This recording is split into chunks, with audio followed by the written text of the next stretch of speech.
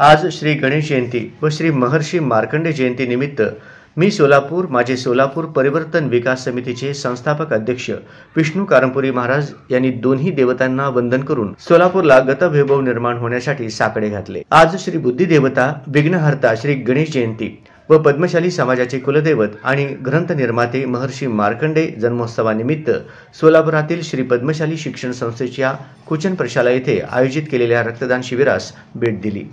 त्यानंतर पूर्व विभागातील दत्तनगर दाजीपेठ श्री दाजी गणपतीचे दर्शन घेऊन व पद्मशाली ज्ञाती संस्था येथे महर्षी मार्कंडे मंदिर येथे दर्शन घेऊन श्री गणेश व महर्षी श्री मार्कंडे यांना सोलापूरला गतवैभव निर्माण करण्यासाठी साकडे घातले।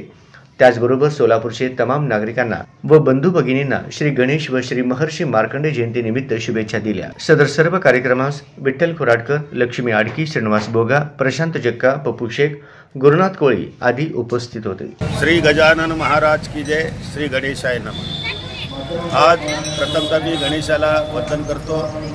त्याचबरोबर पद्मशाली समाजाचे कुलदैवत आणि महालेखक असे पद्मवंश श्री मार्कंडे महाराजांचा सुद्धा जन्मदिवस आहे। अशा या दोन्ही संयुक्त आलेल्या जन्मदिनाला गणेशाला सर्वांना या दोन्ही जयंतीनिमित्त सर्व सोलापूरकर नागरिक बंधू भगिनींना सर्वांना हार्दिक शुभेच्छा देतो।